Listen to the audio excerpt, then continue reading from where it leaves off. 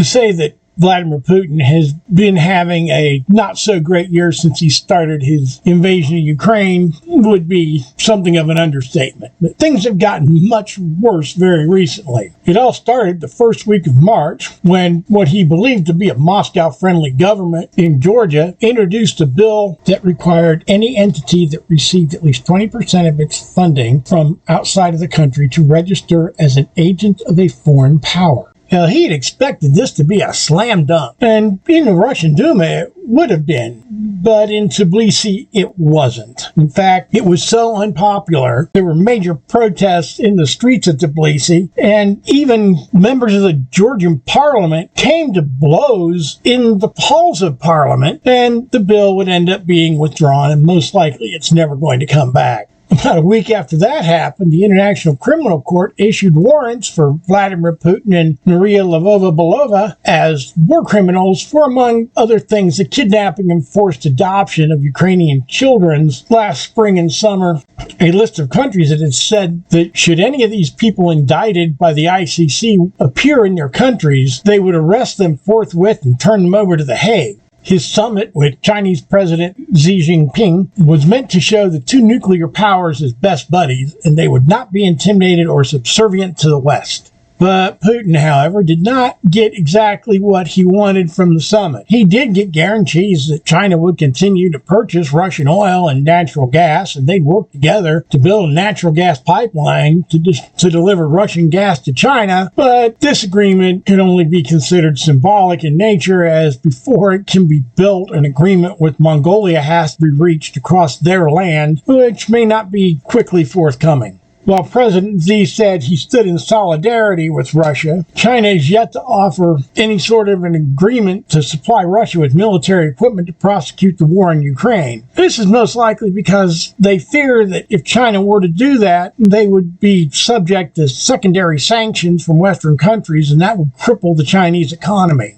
The fact that Putin escorted President Xi to his car at the end of the summit showed that their friendship without limits was not a friendship of equals, but that China is in fact the dominant party, as this was seen by many observers as a subservient gesture by Vladimir Putin. And Xi Jinping, once he was back in China, invited the leaders of Kyrgyzstan, Kazakhstan, Tajikistan, and Uzbekistan to come to Beijing for a China Central Asian summit. The fact that he invited these four former Soviet republics to a summit in China is another demonstration of how much respect he holds for Moscow. Putin sees all the former Soviet republics who were granted their independence after the fall of the Soviet Union as strictly his sphere of influence, or at least he would like to think so, because this move by Xi Jinping demonstrates exactly how much dominance he feels over his Russian counterpart right now. Within a day of Xi's Central Asian Summit announcement, Putin got together with his friend Alexander Lukashenko, president of Belarus, and announced that he would be deploying Russian nuclear weapons to sites in Belarus. This could only upset Xi, as they had issued a joint statement during their summit that they would not be deploying nuclear weapons outside of their own countries. This show of Chinese dominance over Russia did not go unnoticed internationally. Turkish President Recep Erdogan said that Russian planes of American or EU manufacturer would not be refueled when they landed in Turkey from this point forward, and that they would halt the transit of goods to Russia through Turkish-controlled territory, which includes the Dardanelles Straits, which link the Black Sea with the Mediterranean.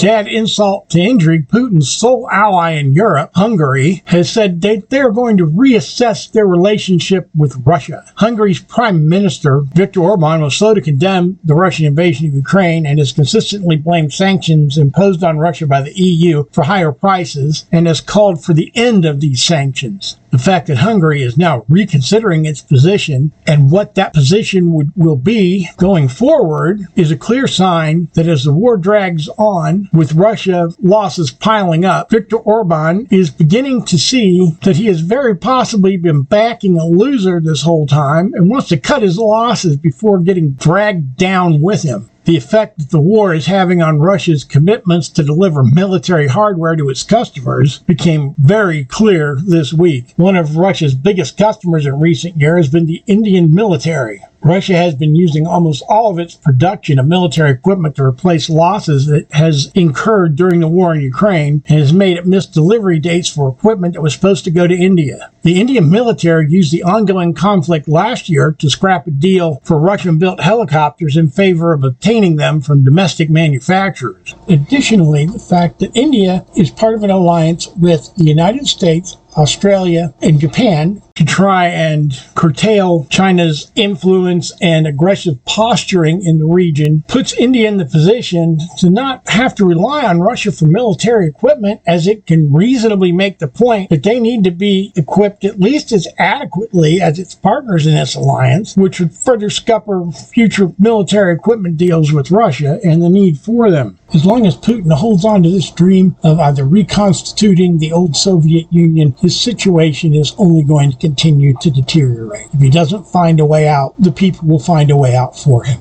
Feel free to like and subscribe, and thanks for watching.